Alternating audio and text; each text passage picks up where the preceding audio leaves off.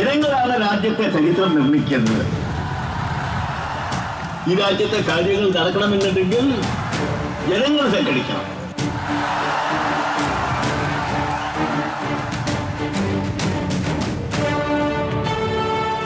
ചരിത്രം ഒരു ഓർമ്മപ്പെടുത്തലാണ്, ഒപ്പം ഭാവിയിലേക്കുള്ള ഒരു തിരുത്തൽ രേഖയും. പുതിയ ചിന്ത, പുതിയ കർമ്മം, പുതിയ കേരളം. പങ്കെടുക്കൂ, അണിചേരൂ ഈ ബഹുജന മുന്നേറ്റത്തിൽ. സോളാർ കേസിലെ തെളിവുകൾ IG TJ ജോസ് നശിപ്പിച്ചുവെന്ന വെളിപ്പെടുത്തൽ ഞെട്ടിക്കുന്നതാണെന്ന് പിണറായി വിജയൻ. IG തെളിവ് നശിപ്പിച്ചത് മുഖ്യമന്ത്രിയുടെയും ആഭ്യന്തരമന്ത്രിയുടെയും ഇടപെടൽ മൂലമാണെന്നും പിണറായി വിജയൻ പറഞ്ഞു. അപ്പോൾ IG അങ്ങനെ ചെയ്തത് ആ IG-യുടെ സ്വമനസ്സാലെയാണ് എന്ന് പറയാൻ പറ്റില്ല. നടപടി എടുക്കേണ്ടവർ ഇങ്ങനെ ചെയ്താലും സംരക്ഷണം ഉണ്ടാകുമെന്ന് ഉറപ്പ് നൽകിയിട്ടുണ്ട്. അപ്പോൾ ആഭ്യന്തരമന്ത്രിയും മുഖ്യമന്ത്രിയും ആ കാര്യത്തിൽ ഉറപ്പ് നൽകിയത് കൊണ്ടാവാം ഈ IG-ക്കെതിരെ ഗുരുതരമായ തെറ്റിനെതിരെ ഒരന്വേഷണവും നടപടിയും ഇല്ലാത്തത്. പിണറായി വിജയൻ നയിക്കുന്ന നവകേരള മാർച്ച് ഇന്ന് മലപ്പുറം ജില്ലയിൽ പ്രവേശിക്കും. കൊണ്ടോട്ടി, വേങ്ങര, കോഹിനൂർ, പരപ്പനങ്ങാടി എന്നിവിടങ്ങളിൽ ഇന്ന് സ്വീകരണം നൽകും. വിശദാംശങ്ങളുമായി സലി മുഹമ്മദ് ചേരുന്നു. സലി, ഇപ്പോൾ ജാഥ എവിടെ എത്തി നിൽക്കുന്നു? മലപ്പുറം ജില്ലയിലേക്ക് എപ്പോഴായിരിക്കും പ്രവേശിക്കുക? പ്രതീക്ഷ ഇന്ന് നവകേരള മാർച്ച് 9 കോഴിക്കോട് ജില്ലയിലെ പര്യടനം ഇന്നലെ വൈകിട്ട് പൂർത്തിയായി. അല്പസമയത്തിനകം ജാഥ മലപ്പുറം ജില്ലയിലേക്ക് പ്രവേശിക്കും. രാവിലെ കോഴിക്കോട് പിണറായി വിജയൻ വാർത്താ സമ്മേളനം നടത്തിയിരുന്നു. അതിനു മുന്നോടിയായി സാംസ്കാരിക കലാമേഖലകളിലെ, സാഹിത്യ മേഖലകളിലെ പ്രമുഖരുമായി പിണറായി കൂടിക്കാഴ്ച നടത്തി. അതിനുശേഷം കുതിരവട്ടം മാനസികാരോഗ്യം എത്തിക്കുന്നതിനായി അദ്ദേഹം പോയിരിക്കുകയാണ്. അല്പം മുമ്പ് നടത്തുന്ന സാംസ്കാരിക കൂട്ടായ്മയിൽ, സാമൂഹ്യ സാംസ്കാരിക വിഭാഗത്തിൽപ്പെട്ടവരുടെ കൂട്ടായ്മയിൽ വലിയ തോതിലുള്ള പങ്കാളിത്തം ഉണ്ടായിരുന്നു. അതായത് പ്രമുഖരായ സംവിധായകൻ VV ബിനു, എഴുത്തുകാരി KP സുധീര തുടങ്ങി നിരവധി പ്രമുഖർ, ഒപ്പം ME ഡോക്ടർ ഫസൽ ഗഫൂർ, മാധ്യമപ്രവർത്തകൻ O അബ്ദുറഹ്മാൻ തുടങ്ങി നിരവധി പ്രമുഖർ ഈ കൂട്ടായ്മയിൽ പങ്കെടുത്തു. ഈ കോഴിക്കോടിന്റെ സാമൂഹ്യ പശ്ചാത്തലത്തിൽ അവർ നേരിടുന്ന പ്രതിസന്ധികൾ ഒക്കെ ഈ പിണറായി വിജയന് മുമ്പാകെ ഇവർ അവതരിപ്പിക്കുകയും പിണറായി മറുപടി നൽകുകയും ചെയ്തു. ഏതായാലും അതിനുശേഷം അദ്ദേഹം ഇപ്പോൾ കുതിരവട്ടം മാനസികാരോഗ്യ കേന്ദ്രം സന്ദർശിക്കുകയാണ്. അല്പസമയത്തിനകം ജില്ലാ അതിർത്തി പിന്നിടും. ജില്ലാ അതിർത്തിയായ ഐക്കരപ്പടിയിൽ ജാഥയെ വരവേൽക്കാനുള്ള വലിയ ഒരുക്കങ്ങളാണ് മലപ്പുറത്തെ CPM നേതാക്കളും പ്രവർത്തകരും ചേർന്ന് നടത്തിയിരിക്കുന്നത്. ജില്ലാ സെക്രട്ടറി DP വാസുദേവൻ, DK എംസരാജ് തുടങ്ങി നേതാക്കളുടെ നേതൃത്വത്തിൽ ആയിരക്കണക്കിന് പ്രവർത്തകർ ഇപ്പോൾ തന്നെ ഐക്കരപ്പടിയിൽ നിൽക്കുന്നുണ്ട്. ജാഥ വന്നാലുടൻ പിണറായിയെ സ്വീകരിച്ച് കൊണ്ടോട്ടിയാണ് ആദ്യ സ്വീകരണ കേന്ദ്രം, അവിടേക്ക് ആനയിക്കും. കൊണ്ടോട്ടിയിലും ഇപ്പോൾ തന്നെ യോഗം ആരംഭിച്ചു കഴിഞ്ഞു. ആയിരങ്ങൾ യോഗസ്ഥലത്തുണ്ട്. തുടർന്ന് ഉച്ചയ്ക്ക് ശേഷമാണ് അടുത്ത സ്വീകരണങ്ങൾ ക്രമീകരിച്ചിരിക്കുന്നത്. വേങ്ങരയാണ് രണ്ടാമത്തെ സ്വീകരണ കേന്ദ്രം. തുടർന്ന് വള്ളിക്കുന്ന് നിയമസഭാ മണ്ഡലത്തിന്റെ ഭാഗമായ കോഹിനൂറിൽ, ഇന്ന് സമാപനം തിരൂരങ്ങാടി നിയമസഭാ മണ്ഡലത്തിന്റെ ഭാഗമായ പരപ്പനങ്ങാടിയിലുമാണ്. 4 ദിവസം ജാഥ മലപ്പുറത്തുണ്ടാകും. സലി മുഹമ്മദാണ് വിവരങ്ങൾ നൽകിയത്. കൊച്ചി മെട്രോയുടെ ട്രയൽ റൺ അല്പസമയത്തിനകം മുഖ്യമന്ത്രി ഉമ്മൻചാണ്ടി ഫ്ളാഗ് ഓഫ് ചെയ്യും. മുട്ടമ്പിയാടിലെ 1 കിലോമീറ്റർ ടെസ്റ്റ് ട്രാക്കിലാണ് ട്രയൽ റൺ നടക്കുന്നത്. ഉദ്ഘാടന ചടങ്ങുകൾ പുരോഗമിക്കുകയാണ്. വിവരങ്ങളുമായി അലക്സ് ചേരുന്നു. അലക്സ്, എപ്പോഴായിരിക്കും പരീക്ഷണ ഓട്ടം നടക്കുക? പ്രതീക്ഷ അല്പസമയത്തിനകം ആദ്യത്തെ ട്രയൽ റൺ ആലുവയിലെ മുട്ടമ്പിയാടിൽ നടക്കുമെന്ന് പറയാം. കാരണം ഇപ്പോൾ അതിന്റെ ചടങ്ങുകളാണ് ഇവിടെ നടന്നുകൊണ്ടിരിക്കുന്നത്. ഇപ്പോൾ അല്പം മുമ്പ് DMRCയുടെയും KMRLന്റെയും മുഖ്യ ഉപദേശകനായ അല്ലെങ്കിൽ ഉപദേഷ്ടാവായ ഈ ശ്രീധരൻ സംസാരിക്കുകയുണ്ടായി. അതായത് പദ്ധതി പ്രഖ്യാപിച്ച് നിർമ്മാണ പ്രവർത്തനങ്ങൾ ആരംഭിച്ച് 2.5 വർഷത്തിനുള്ളിൽ ഇങ്ങനെ ഒരു നേട്ടം കൈവരിക്കാനാവുന്നത് അഭിമാനകരമായ നിമിഷമെന്നാണ് ഈ ശ്രീധരൻ ഇതിനെപ്പറ്റി പറഞ്ഞത്. മുഖ്യമന്ത്രി ഉമ്മൻചാണ്ടിയാണ് അല്പസമയത്തിനകം കൊച്ചി മെട്രോയുടെ ട്രയൽ റൺ, ടെസ്റ്റ് റൺ ഇവിടെ ഫ്ലാഗ് ഓഫ് ചെയ്യുക. അത് അല്പസമയത്തിനകം നടക്കും. ചടങ്ങിൽ വിവിധ മന്ത്രിമാരായ ആര്യാടൻ മുഹമ്മദ്, അനൂപ് ജേക്കബ്, VK ഇബ്രാഹിം കുഞ്ഞ്, K ബാബു തുടങ്ങിയവർ പങ്കെടുക്കുന്നുണ്ട്. MD KG തോമസ് പങ്കെടുക്കുന്നുണ്ട്. വിവിധ MLA പങ്കെടുക്കുന്നുണ്ട്. അത്തരത്തിൽ ഒരു വളരെ മനോഹരമായ ചടങ്ങായിരുന്നു. പക്ഷേ ഇതിലെത്തുന്ന ജനങ്ങളുടെ എണ്ണം, അതായത് വരേണ്ടവരെ പാസ് വെച്ച് നിയന്ത്രിച്ചിട്ടുണ്ട്. ഏതാണ്ട് 1250 പേർക്ക് മാത്രമാണ് പ്രവേശനം ഈ യാർഡിലേക്ക്. കൊച്ചി മെട്രോയുടെ ട്രയൽ റൺ അല്പസമയത്തിനകം നടക്കും. അതിൻ്റെ ആഘോഷ ചടങ്ങുകൾ പുരോഗമിക്കുകയാണ്. അതിൻ്റെ ദൃശ്യങ്ങളാണ്. പി ജയരാജനെതിരായ കേസ് തെരഞ്ഞെടുപ്പ് മുന്നിൽ കണ്ടുള്ള രാഷ്ട്രീയ ഗൂഢാലോചനയെന്ന് CPM general secretary Sitaram Yechury. കേസിനെ രാഷ്ട്രീയപരമായും നിയമപരമായും നേരിടുമെന്നും യെച്ചൂരി പറഞ്ഞു. I don't know how suddenly all these cases are coming up in just before on the eve of the elections, and that too after the CPM Jatta has started, which is widely seen as the beginning of the election campaign process. So clearly there is a political angle involved to it, but we will take up and fight all these matters like we have always maintained, both politically and legally. Kathirur Manoj വധക്കേസിൽ P ജയരാജനെ പ്രതി ചേർക്കാനായി CBI കോടതിയിൽ സമർപ്പിച്ചത് കെട്ടിച്ചമച്ച റിപ്പോർട്ടാണെന്ന് തെളിയുന്നു. റിപ്പോർട്ടിലെ പല പരാമർശങ്ങളും വൈരുദ്ധ്യങ്ങൾ നിറഞ്ഞതാണ്. കതിരൂർ മനോജ് കേസിൽ 2015 മാർച്ച് 7 കോടതിയിൽ സമർപ്പിച്ച കുറ്റപത്രത്തിൽ CBI പറഞ്ഞത് CPIM-ൽ നിന്നും BJP-യിലേക്ക് പ്രവർത്തകർ ചേക്കേറുന്നതിന്റെ രാഷ്ട്രീയ വൈരം മൂലമാണ് മനോജിനെ കൊലപ്പെടുത്തിയത് എന്നായിരുന്നു. 2014 ആഗസ്റ്റ് 25 തലശ്ശേരിയിൽ നടന്ന സമ്മേളനത്തിലാണ് CPIM പ്രവർത്തകർ BJP-യിൽ ചേർന്നതെന്നും CBI പറഞ്ഞിരുന്നു. എന്നാൽ അന്നേ ദിവസം BJP-യുടെ ഒരു പൊതുയോഗവും തലശ്ശേരിയിൽ നടന്നിരുന്നില്ലെന്നും CPIM പ്രവർത്തകർ BJP-യിൽ ചേർന്നിരുന്നില്ലെന്നും വിവരാവകാശ രേഖകൾ സഹിതം പീപ്പിൾ TV റിപ്പോർട്ട് ചെയ്തിരുന്നു. ഇതോടെ CBI ഉയർത്തിക്കൊണ്ടുവന്ന വാദം കള്ളമാണെന്ന് വ്യക്തമായി. കോടതിയിൽ സമർപ്പിച്ച പുതിയ റിപ്പോർട്ടിൽ സമ്മേളനത്തിന്റെ തീയതിയും സ്ഥലവുമെല്ലാം തിരുത്തിയാണ് CBI ചേർത്തിരിക്കുന്നത്. അതുപോലെ പി ജയരാജനെ വധിക്കാൻ ശ്രമിച്ചതിനുള്ള പ്രതികാരമായാണ് കൊല ആസൂത്രണം ചെയ്തതെന്നും CBI കോടതിയിൽ സമർപ്പിച്ച റിപ്പോർട്ടിൽ പറയുന്നുണ്ട്. പി ജയരാജനെ കൊലപ്പെടുത്താൻ ശ്രമിച്ച കേസിൽ ഒന്നാം പ്രതി RSS കാര്യവാഹകയായ V ശശിധരനായിരുന്നു. കേസിൽ ശിക്ഷ അനുഭവിച്ച ശശിധരനൊപ്പം പല സമാധാന യോഗങ്ങളിലും പി ജയരാജൻ പങ്കെടുത്തിട്ടുണ്ട്. യാതൊരു പ്രതികാര മനോഭാവവും ജയരാജൻ ശശിധരനോട് കാണിച്ചിരുന്നുമില്ല. ഒന്നാം പ്രതിയോടില്ലാത്ത വിരോധം അഞ്ചാം പ്രതി മാത്രമായ മനോജിനോടുണ്ടാകുമോ എന്ന ചോദ്യത്തിന് ഉത്തരം നൽകേണ്ടതും CBI ആണ്.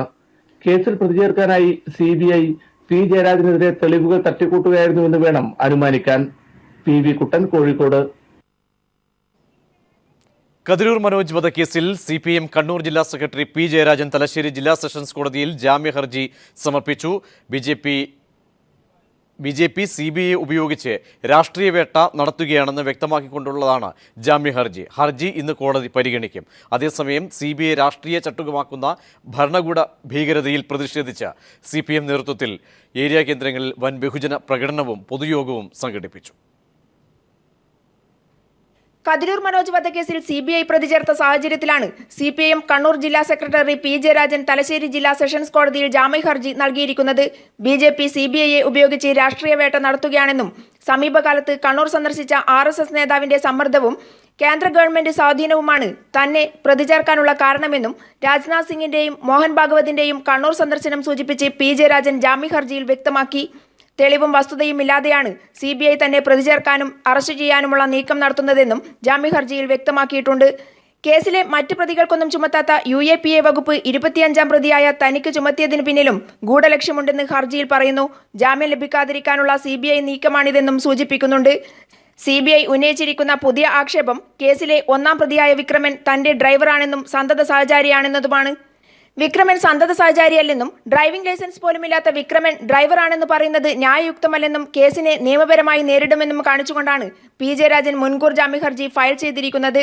അതേസമയം CBIയുടെ പരസ്പര വിരുദ്ധമായ റിപ്പോർട്ട് രാഷ്ട്രീയ വിധേയത്വത്തിന്റെ തെളിവാണെന്ന് CPIM നേതാവ് MV ജയരാജൻ പ്രതികരിച്ചു. ഇങ്ങനെ പരസ്പര വിരുദ്ധമായ രണ്ട് റിപ്പോർട്ടുകൾ CBI കോടതിയിൽ സമർപ്പിക്കുന്നു എന്ന് പറഞ്ഞാൽ അതിന്റെ അർത്ഥം കള്ളക്കേസ് എന്നല്ലേ? അതിന്റെ അർത്ഥം കോൺഗ്രസ് CBIയെ കൂട്ടിലിട്ട തത്തിയാക്കി മാറ്റിയെങ്കിൽ ഈ BJP CBIയെ ചങ്ങലക്കിട്ട പട്ടിയാക്കി മാറ്റി എന്ന വ്യത്യാസം മാത്രമേ ഉള്ളൂ. ഭരണകൂട ഭീകരതയിലും നിരപരാധിയായ പി ജയരാജനെ പ്രതി ചേർത്തതിലും പ്രതിഷേധിച്ച് ഏരിയ കേന്ദ്രങ്ങളിൽ CPIM നേതൃത്വത്തിൽ വൻ ബഹുജന പ്രകടനവും പൊതുയോഗവും സംഘടിപ്പിച്ചു. News bureau, Kannur. മുൻ MPയും കോൺഗ്രസ് നേതാവുമായ AC ജോസ് അന്തരിച്ചു. ഹൃദയാഘാതത്തെ തുടർന്ന് കൊച്ചിയിലെ സ്വകാര്യ ആശുപത്രിയിലായിരുന്നു അന്ത്യം. മുൻ MPയും നിയമസഭാ സ്പീക്കറുമായിരുന്ന AC ജോസ് കോൺഗ്രസ് മുഖപത്രമായ വീക്ഷണത്തിന്റെ പത്രാധിപരാണ്. പുലർച്ചെ നെഞ്ചുവേദനയെ തുടർന്ന് ആശുപത്രിയിലെത്തിച്ചെങ്കിലും മരണം സംഭവിക്കുകയായിരുന്നു. മൃതദേഹം ഇപ്പോൾ എറണാകുളം ലിസി ആശുപത്രിയിലെ മോർച്ചറിയിൽ സൂക്ഷിച്ചിരിക്കുകയാണ്. വിദേശത്തുള്ള മക്കൾ എത്തിച്ചേരുന്നതിനായാണ് സംസ്കാരം ചൊവ്വാഴ്ചത്തേക്ക് മാറ്റിയത്. ഇടപ്പള്ളി സെന്റ് ജോർജ് ഫൊറോന പള്ളി സെമിത്തേരിയിൽ ചൊവ്വാഴ്ച വൈകിട്ട് 3-നാണ് സംസ്കാരം. റിട്ടയർഡ് പ്രൊഫസർ ലീലാമ്മ ജോസാണ് ഭാര്യ. സുനിൽ, സിന്ധു, സീൻ, സലിൽ എന്നിവർ മക്കളാണ്. KSUവിലൂടെ വിദ്യാർത്ഥി രാഷ്ട്രീയത്തിലേക്കെത്തിയ AC ജോസ് കൊച്ചിൻ കോർപ്പറേഷൻ കൗൺസിലറായും കൊച്ചിയുടെ പ്രായം കുറഞ്ഞ മേയറുമായി. 80കളിൽ പറവൂരിൽ നിന്ന് 2 തവണ നിയമസഭയിലേക്കെത്തി. പ്രോട്ടം സ്പീക്കറായിരുന്നപ്പോൾ ചെയ്ത കാസ്റ്റിംഗ് വോട്ട് ചരിത്രവും വിവാദവുമായി. ഇടുക്കി, മുകുന്ദപുരം, തൃശൂർ എന്നിവിടങ്ങളിൽ നിന്നും 3 തവണ ലോക്സഭയിലേക്ക് തെരഞ്ഞെടുക്കപ്പെട്ടു. കയർ ബോർഡിന്റെ ചെയർമാനായും സേവനമനുഷ്ഠിച്ചിട്ടുണ്ട്. പാർലമെന്ററി രംഗത്ത് നിന്ന് പിന്മാറിയ അദ്ദേഹം പിന്നീട് പാർട്ടി രംഗത്ത് സജീവമായി. കോൺഗ്രസ് മുഖപത്രമായ വീക്ഷണത്തിന്റെ MDയും പത്രാധിപരുമായ AC ജോസ് വിമർശനാത്മകമായി തന്നെ പാർട്ടിയുടെ നിലപാടുകൾ ശക്തമായി പറഞ്ഞു. AC ജോസിന്റെ മരണത്തോടെ നിലപാടുകളുള്ള ഒരു നേതാവിനെയാണ് കോൺഗ്രസിന് നഷ്ടമാകുന്നത്. News bureau, Kochi. പ്രധാനമന്ത്രിയുടെ ഖേദപ്രകടനം തള്ളിക്കളഞ്ഞ് ഹൈദരാബാദിലെ വിദ്യാർത്ഥികൾ ദളിത് വിദ്യാർത്ഥി രോഹിത് വിമുലയുടെ ആത്മഹത്യയ്ക്ക് കാരണക്കാരായ വൈസ് ചാൻസലർ അപ്പാറാവുവിനെയും കേന്ദ്രമന്ത്രി ബന്ദാര ദത്താത്രേയെയും പുറത്താക്കാതെ സമരം അവസാനിപ്പിക്കില്ലെന്ന് വിദ്യാർത്ഥികൾ അറിയിച്ചു. അതേസമയം VCയെ പുറത്താക്കി അന്വയിപ്പിക്കാൻ കേന്ദ്ര സർക്കാർ ശ്രമിച്ചേക്കുമെന്നും സൂചനയുണ്ട്. ഹൈദരാബാദ് വിദ്യാർത്ഥി പ്രക്ഷോഭത്തിൽ ആടിയുലയുന്ന കേന്ദ്ര സർക്കാർ പ്രശ്നം അവസാനിപ്പിക്കാനുള്ള അവസാനഘട്ട ശ്രമത്തിലാണ്. നരേന്ദ്രമോദിയുടെ ഖേദപ്രകടനം സമരത്തെ ഒരു തരത്തിലും ബാധിക്കാത്ത സാഹചര്യത്തിൽ VCയെ പുറത്താക്കി പരിഹാരം നേടാൻ ആഗ്രഹിക്കുന്നതായും സൂചനയുണ്ട്. സമരക്കാരുടെ പ്രധാന ആവശ്യം കേന്ദ്രമന്ത്രിമാരായ ദത്രയുടെയും സ്മൃതി ഇറാനിയുടെയും രാജിയാണ്. ഈ സാഹചര്യത്തിലാണ് ദളിത് പീഡനത്തിന് കുപ്രസിദ്ധനായ സർവകലാശാല വൈസ് ചാൻസലർ അപ്പാറാവുവിനെ കൈവിടാൻ കേന്ദ്ര സർക്കാർ ആലോചിക്കുന്നത്. VCയെ പുറത്താക്കുന്നതിലൂടെ സമരം തണുക്കുമെന്നാണ് കണക്കുകൂട്ടൽ. കേന്ദ്രമന്ത്രിമാരുടെ രാജി ആവശ്യം ഒഴിവാക്കുകയും ചെയ്യാം. ഇതിന്റെ ഭാഗമായി സ്മൃതി ഇറാനി രോഹിത് വിമുലയുടെ മാതാവുമായി കഴിഞ്ഞ ദിവസം ഫോണിൽ സംസാരിച്ചിരുന്നു. പക്ഷേ ഒരു തരത്തിലുള്ള ഒത്തുതീർപ്പിനും മാതാപിതാക്കളോ സമരത്തിലുള്ള വിദ്യാർത്ഥികളോ തയ്യാറാകില്ലെന്ന് അവർ മന്ത്രിയെ അറിയിച്ചു. ജുഡീഷ്യൽ അന്വേഷണ കമ്മീഷന്റെ റിപ്പോർട്ട് പ്രകാരം നടപടിയെടുക്കാമെന്ന് അറിയിച്ചെങ്കിലും വിദ്യാർത്ഥികൾ അംഗീകരിക്കാത്തതും കേന്ദ്ര സർക്കാരിന് തിരിച്ചടിയായി. News bureau, Delhi. രാജ്യം സ്വാതന്ത്ര്യം നേടി 65 വർഷത്തിലധികം പിന്നിട്ടിട്ടും ദളിത് ജനതയോടുള്ള വിവേചനം അവസാനിച്ചിട്ടില്ലെന്ന് CPM general secretary Sitaram Yechury. വിദ്യാഭ്യാസ സ്ഥാപനങ്ങളിൽ ദളിത് വിദ്യാർത്ഥികൾ നേരിടുന്ന അവഗണനയ്ക്കെതിരായ പ്രക്ഷോഭത്തിന്റെ നേതൃത്വം SFI ഏറ്റെടുക്കണമെന്നും സീതാറാം യെച്ചൂരി പറഞ്ഞു. രാജസ്ഥാനിലെ സിക്കറിൽ നടക്കുന്ന SFI അഖിലേന്ത്യാ സമ്മേളനത്തിൽ പ്രതിനിധികളെ അഭിസംബോധന ചെയ്യുകയായിരുന്നു യെച്ചൂരി. അഖിലേന്ത്യാ സമ്മേളനത്തിൽ ഇന്ന് പ്രവർത്തന റിപ്പോർട്ടിന്മേലുള്ള ചർച്ച ആരംഭിക്കും. SFI ഉൾപ്പെടെയുള്ള പുരോഗമന വിദ്യാർത്ഥി സംഘടനകൾ ദുർബലമാകുന്നത് ക്യാമ്പസുകളിൽ ജാതി സംഘടനകളും അരാഷ്ട്രീയ പ്രസ്ഥാനങ്ങളും വളരാൻ ഇടയാക്കുമെന്ന് യെച്ചൂരി പറഞ്ഞു. നവ ഉദാരവൽക്കരണ നയങ്ങളുടെ ഭാഗമായി ഉയർന്നുവന്ന പുത്തൻ സാമ്പത്തിക ശക്തികളുടെ പ്രധാന അജണ്ടകളിൽ ഒന്ന് അരാഷ്ട്രീയം വളർത്തുകയാണ്.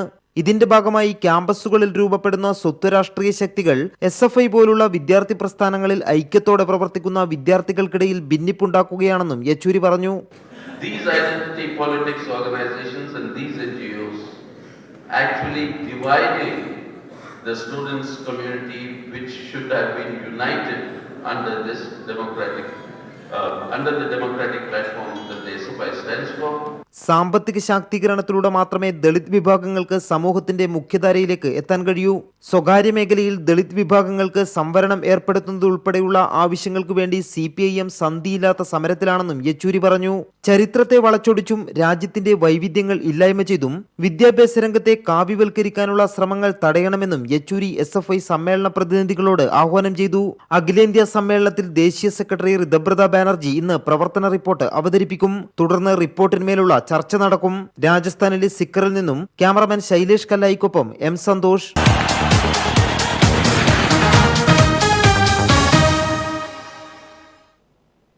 കലോത്സവ വിശേഷങ്ങൾ അറിയാൻ പ്രത്യേക സ്റ്റുഡിയോയിലേക്ക്. നമസ്കാരം. 56ാമത് സംസ്ഥാന സ്കൂൾ കലോത്സവ വാർത്തകളിലേക്ക് സ്വാഗതം. ആവേശകരമായ പോരാട്ടം, അതിൻ്റെ ഇനി ബാക്കി നിൽക്കുന്ന 3 ദിവസം മാത്രമാണ് ഉള്ളത്. പോരാട്ടം ആവേശത്തിൻ്റെ അത്യുന്നതങ്ങളിലേക്ക് എത്തിയിരിക്കുന്നു. 117.5 പവൻ തൂക്കമുള്ള സ്വർണ്ണക്കപ്പ് ആര് നേടുമെന്നാണ് ഇപ്പോൾ ഉറ്റുനോക്കുന്നത്. കാരണം ഇന്ന് നിരവധി ഇനങ്ങളുണ്ട്. നേരത്തെ പാലക്കാട് ആദ്യ 3 ദിനങ്ങളിൽ മുന്നേറ്റം നടത്തിയിരുന്നു. അതിനുശേഷം കോഴിക്കോട് പാലക്കാടിനെ മറികടന്നു. ഏറ്റവും പുതിയ പോയിന്റ് നിലയനുസരിച്ച് കോഴിക്കോട് 665 പോയിന്റുമായി ഒന്നാം സ്ഥാനത്ത് നിൽക്കുകയാണ്. തൊട്ടുപിറകിലുള്ള പാലക്കാട് 5 പോയിന്റ് വ്യത്യാസത്തിൽ 660 എന്ന പോയിന്റിൽ നിൽക്കുന്നു. എന്തായാലും വേദികളിലെല്ലാം മത്സരങ്ങൾ ആവേശകരമായി തന്നെയാണ് പുരോഗമിക്കുന്നത്. പക്ഷേ രാവിലെ ആയതുകൊണ്ട് തന്നെ കാണികൾ കുറവാണ് മിക്ക വേദികളിലും എന്ന പ്രത്യേകതയുമുണ്ട്. പിന്നെ ചില മത്സരങ്ങളെല്ലാം വളരെ വൈകിയാണ് അവസാനിച്ചത്. ഇന്നലെ നടന്ന നാടക മത്സരവും വളരെ വൈകിയാണ് അവസാനിച്ചത്. എന്തായാലും വൈകുന്നേരങ്ങളിലെല്ലാം ആളുകൾ ധാരാളമായി എത്തുന്നുണ്ട് എന്നുള്ളതാണ് പ്രത്യേകത. പകൽ സമയങ്ങളിൽ ആളുകൾ കുറയുന്നു എന്നതും പ്രത്യേകം സൂചിപ്പിക്കേണ്ട കാര്യമാണ്. ഇനി കലോത്സവവുമായി ബന്ധപ്പെട്ട ചില റിപ്പോർട്ടുകളിലേക്ക് പോകാം. കുച്ചിപ്പുടി മത്സരത്തെക്കുറിച്ചാണ്. കുച്ചിപ്പുടി പരമ്പരാഗത രീതി വിട്ടുള്ള പരീക്ഷണമായിരുന്നു മിക്ക കുട്ടികളും അവതരിപ്പിച്ചത്. മറ്റൊരു കാര്യം, ഏറ്റവും കൂടുതൽ കുട്ടികൾ മത്സരിക്കാനുണ്ടായിരുന്നൊരു മത്സരം എന്നുള്ള നിലയിലും കുച്ചിപ്പുടി ശ്രദ്ധേയമായി.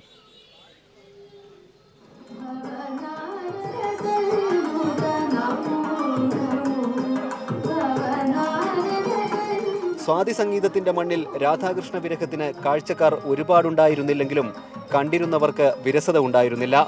ജയദേവ കവികളുടെ അഷ്ടപതി ആടിത്തിമിർത്തവരോടും സമകാലിക വിഷയങ്ങൾ മുദ്രകളിൽ ആവാഹിച്ചവരോടും കാണികൾക്ക് ഒരുപാട് ഇഷ്ടം തോന്നി.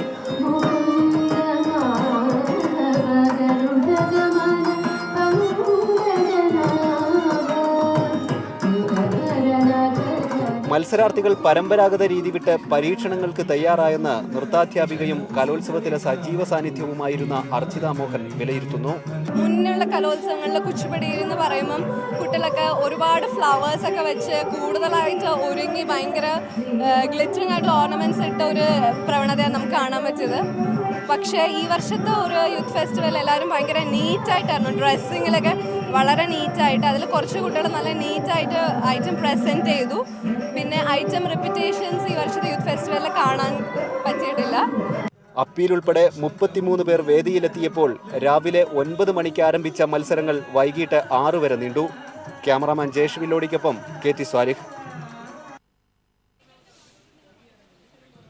മത്സരം ഇങ്ങനെ വേദികളിൽ പുരോഗമിക്കുമ്പോൾ നമ്മളാരും ശ്രദ്ധിക്കപ്പെടാതെ പോകുന്ന ചില ആളുകളുണ്ട്.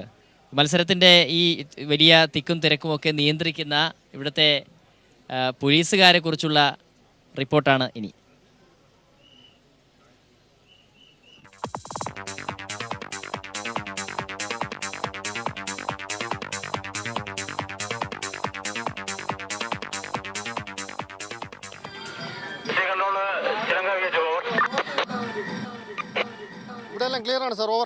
കലയും കാക്കിയും തമ്മിൽ എന്ത് ബന്ധം എന്ന് ചോദിച്ചാൽ അതിനുത്തരം ഇനി പറയാം.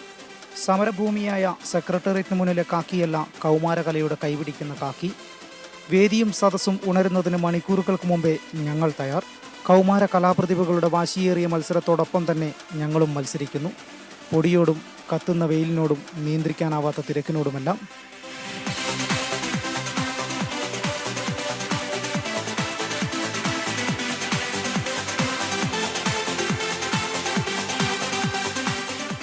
പരസ്പരം മത്സരിക്കാനല്ലെങ്കിലും ചില മുദ്രകൾ ഞങ്ങൾക്കും നേരത്തെ മനഃപ്പാഠമാണ്.